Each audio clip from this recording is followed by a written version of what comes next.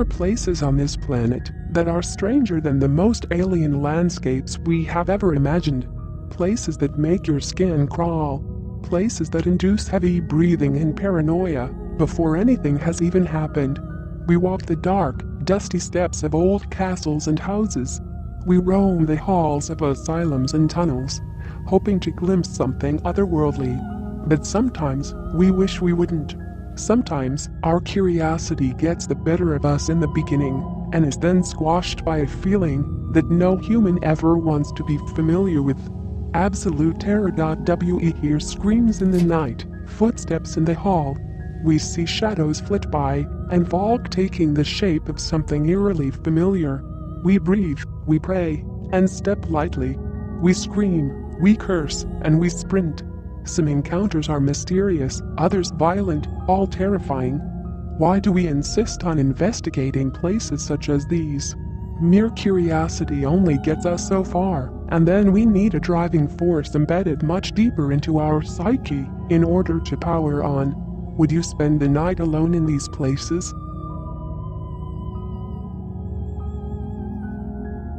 The history. The Riddle House in Palm Beach County, Florida, was originally a funeral parlor. The Victorian house was dismantled and rebuilt in Yesteryear Village at the South Florida Fairgrounds. In the 1920s, the house became privately owned by Carl Riddle. Terror Joseph, one of Riddle's former employees, committed suicide by hanging himself in the attic of the house. Joseph, for whatever reason, hated men, and displays this hatred by attacking men who entered the attic. One man had a lid flung at his head, and men are now no longer allowed in the attic. Other places in the house are haunted as well, with furniture being frequently moved. The history. The northern part of Summit County in Ohio is known by the eerily blunt moniker Helltown. In the 70s, Boston Township was the site of a government buyout and subsequent mass eviction of citizens. The houses were intended to be torn down and the land used for a national park, but the plans never quite manifested. Legends spawned wildly, and who can blame the legend mongers? Driving through the dark, wooded landscape was enough to give you chills, even when it was populated, let alone when you have to drive by boarded up houses standing next to the burnt out hulks of others. The local fire department used some buildings for practice. The terror, whether based on a kernel of truth or cooked up in the heads of creative visitors, the persistent legends of Helltown add to the creep factor. The steep Stanford Road drop-off, immediately followed by a dead end, is aptly named the end of the world. If you get stuck at this dead end for too long, according to ghost story enthusiasts, you may meet your end at the hands of many members of the endless parade of freaks patrolling the woods. Satanists, Ku Klux Klan members, an escaped mental patient, an abnormally large snake, and mutants caused by an alleged chemical spill proudly march in this parade. And if you stray from the roads, you may find Stull Cemetery, home to a ghostly man, grave robbers, and, the quirkiest of all, a moving tree.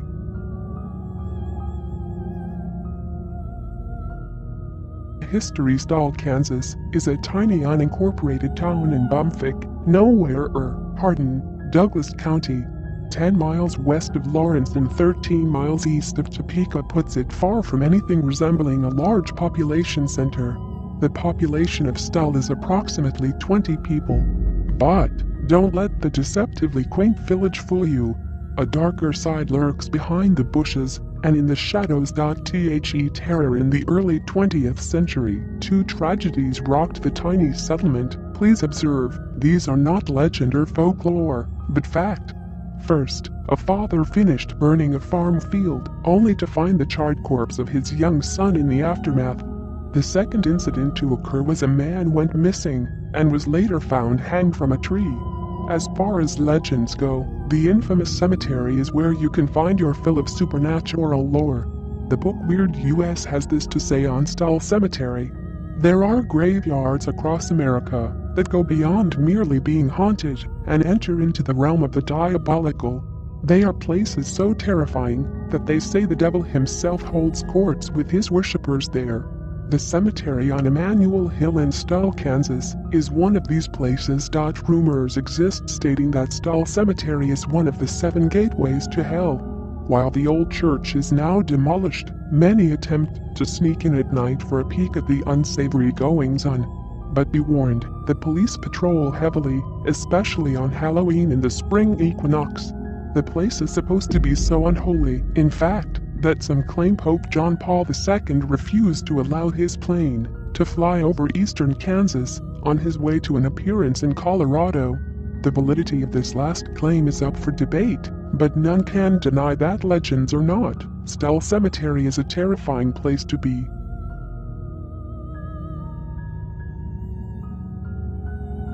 The history originally known as the Athens Lunatic Asylum, the Ridges was renamed after the state of Ohio acquired the property. The hospital saw hundreds of lobotomies and often declared masturbation and epilepsy to be the causes of insanity in patients. Terror Athens, Ohio, is listed as the 13th most haunted place in the world, as per the British Society for Psychical Research. The nearby Ohio University, which currently owns most of the property on which the Ridges is located, is said to be heavily haunted. The notorious rapist with dissociative identity disorder, Billy Milligan, was housed at the facility for years. The most famous story, however, is that of a 54-year-old female patient who ran away and was missing for 6 weeks. She was found dead in an unused ward. She had taken off all of her clothes, neatly folded them, and laid down on the cold concrete where she subsequently died. Through a combination of decomposition and sun exposure, her corpse left a permanent stain on the floor, which is still visible today.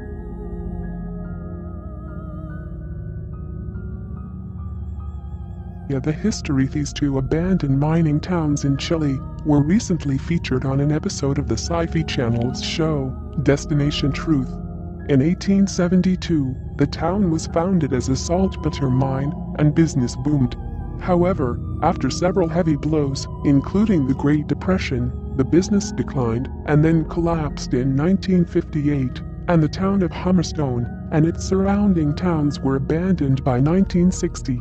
Treatment of workers in both towns bordered on slavery, and now the towns are left standing derelict. Terror. It is rumored that the dead of the Lanoria cemetery rise at night and walk around the town, and ghostly images frequently show up in photographs in Humberstone. These towns are so terrifying, the residents of nearby Aqueak refuse to enter them. The former residents never left and can be seen walking around, and children have been heard playing.